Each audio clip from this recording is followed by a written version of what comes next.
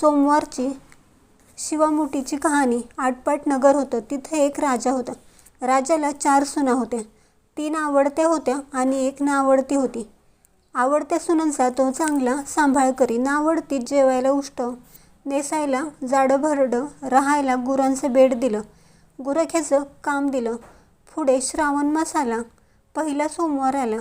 ती राणी रानात गेली. तेथे तिला नागकन्या देवकन्यांची भेट झाली. त्यांना विचारलं, बाई तुम्ही कुठे जाता? त्या सांगू लागल्या, महादेवाच्या मंदिरात शिवामूठ व्हायला. तिने विचारलं, त्यानं काय होतं? त्यांनी सांगितलं, भ्रातरांची भक्ती होते. इच्छित कार्य सिद्धीत जातं. मुलं बाळं होतात. नावडती माणसं आवडती होतात. वडील मनुष्य पापापासून सुखप्राप्ती होते. मग त्यांनी हिला विचारलं, तू कोणाची कोण? मी राजाची सून. तुमच्याबरोबर येते. त्यांच्याबरोबर देवळात गेली. नागकन्या देवकन्या वसा वसू लागल्या. नावडती म्हणाली, काय ग बायांनो, काय वसता? नागकन्या आणि देवकन्या सांगू लागले, आम्ही शिवामुठीचा वसा वसतो. त्या वशाला काय करावं?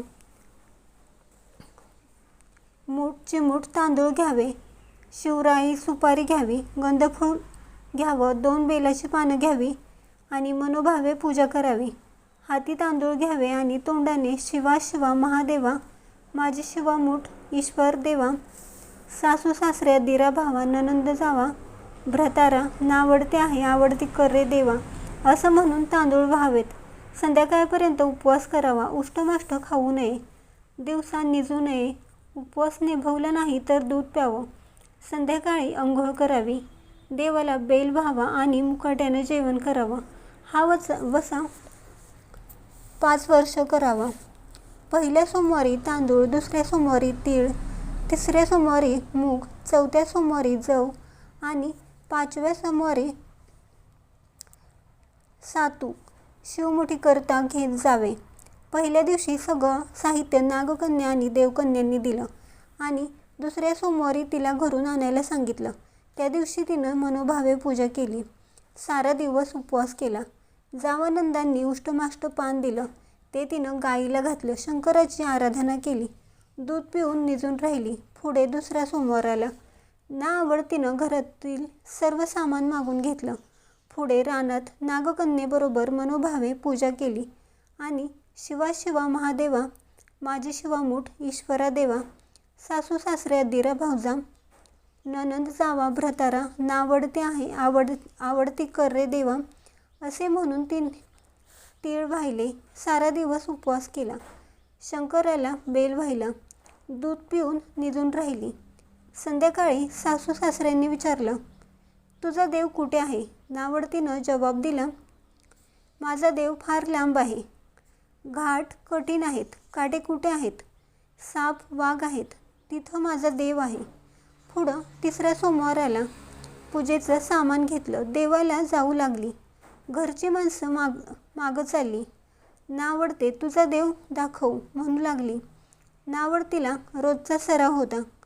तिला काही वाटलं नाही. ह्यांना काटेकुटे पुष्कळ लागले. नावडतीची दया आली. आतापर्यंत रानात कशी येत असेल कोण जाणे. नावडतीला चिंता पडली. देवाची प्रार्थना केली. देवाला तिची करुणा आली. नागकन्या देवकन्या ह्यांसह वर्तमान देऊळ सुवर्णाचं झालं. रत्नजडितांचे खांब झाले. खंड्या झुलू लागल्या. स्वयंभू महादेवाची पिंडी झाली. सगळ्यांनी देवाचं दर्शन घेतलं. नावडती पूजा करू लागली. गंधफूल वाहू लागली. नंतर मूग घेऊन शिवा शिवा महादेवा, माझी शिवामूठ ईश्वरा देवा, सासू सासऱ्या दिरा भावा, ननंदा जावा, भ्रतारा, नावडते आहे आवडती कर रे देवा, असे म्हणून शिवाला वाहिले. राजाला मोठा आनंद झाला. नावडतीवर प्रेम वाढलं. दागिने द्यायला दिले. खुंटीवर पागोटे ठेवून तळ पाहायला गेला. नावडतीची पूजा झाली. पूजा झाल्यावर सगळी माणसं बाहेर आली. इकडे देऊळ अदृश्य झालं. राजा परत आला. माझं पागोटं देवळी राहिलं. देवाकडे आणायला गेला तो तिथं एक लहानसं देऊळ आहे.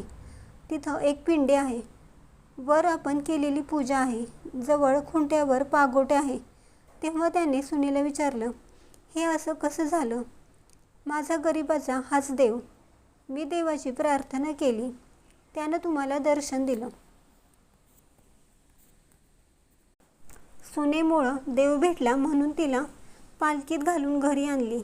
नावडती होती ती आवडती झाली.